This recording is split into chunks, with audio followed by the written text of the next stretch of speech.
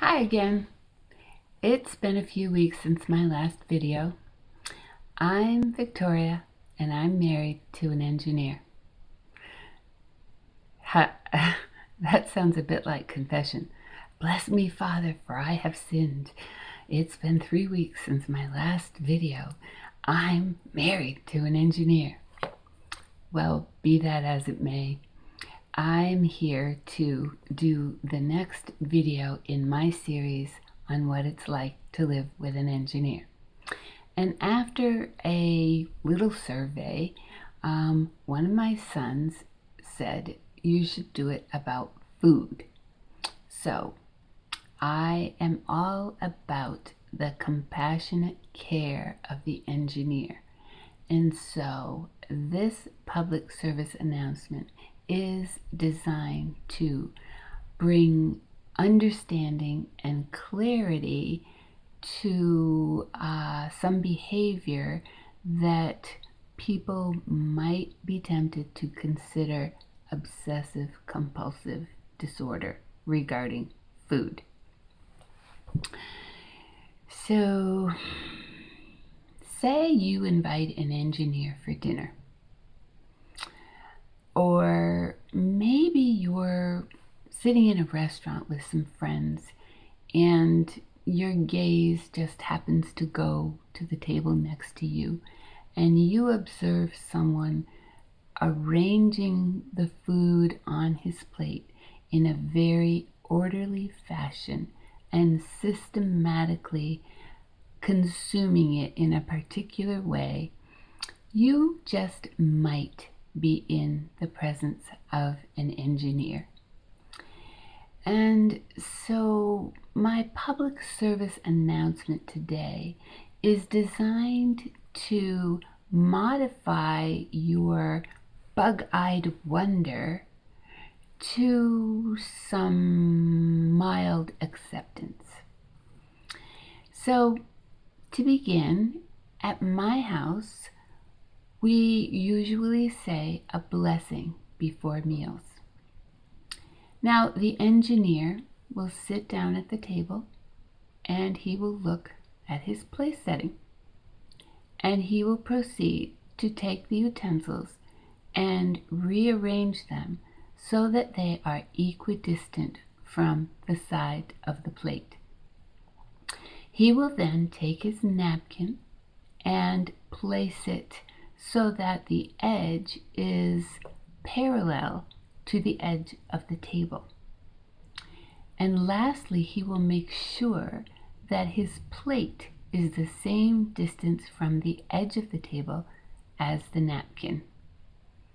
When everything in his little plot of tableland is to his satisfaction, his mind is then cleared and free to pray.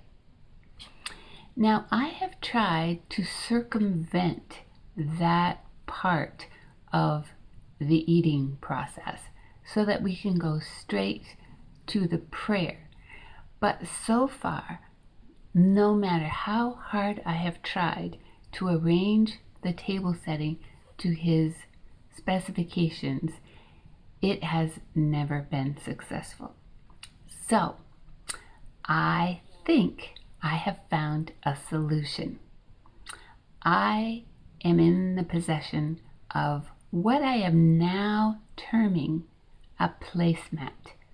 Granted, that was not its original intent, but when I looked at this device today, I looked at it with revelation.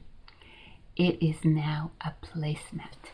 And I am going to try this at the table tonight, and I am pretty sure that we can skip the rearrangement of the utensils and the plate and the napkin and get straight to prayer and then to the meal.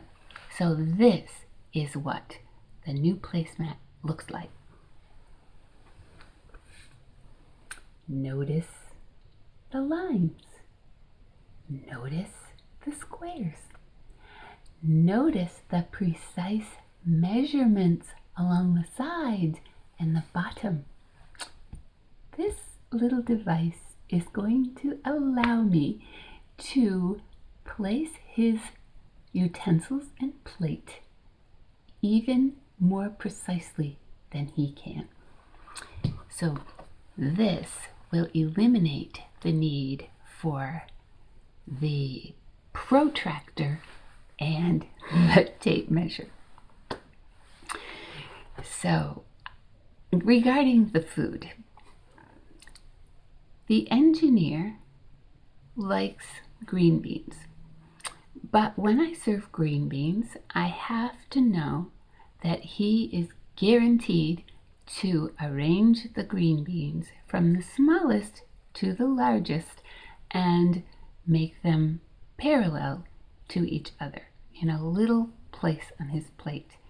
And then he will proceed to eat them in an orderly fashion from smallest to largest. He also enjoys mashed potatoes. And so when I put the potatoes on his plate, he will often square off the sides and build a little cube and then proceed to cut slices off and eat the potatoes in an orderly fashion.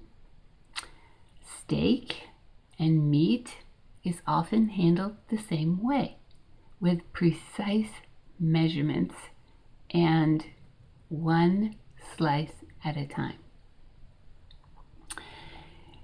But there is no food that the engineer is more passionate about than butter.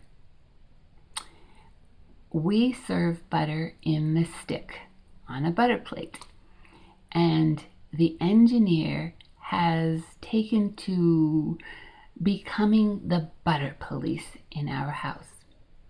The butter must be cut from one end only and must be cut so that the end is perpendicular to the stick. There must not be any angles, and God forbid you take the knife and scrape it across the top of the butter. That would probably be the unforgivable sin.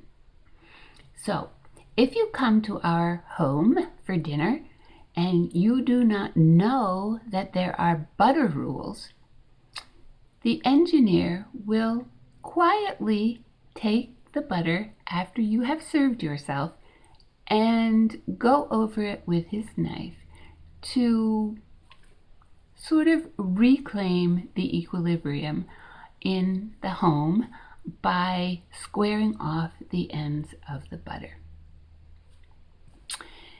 So I would like to leave you with one little practical tip. When you come into the kind of situation I'm talking about and you're finding that your fascination is maybe hampering your enjoyment of your meal, you can use a little tip that I use. Just move the salad bowl in between your plate and his plate, blocking the view of his plate. And then you can probably enjoy your meal a little bit better. I'm Victoria, and I am married to an engineer.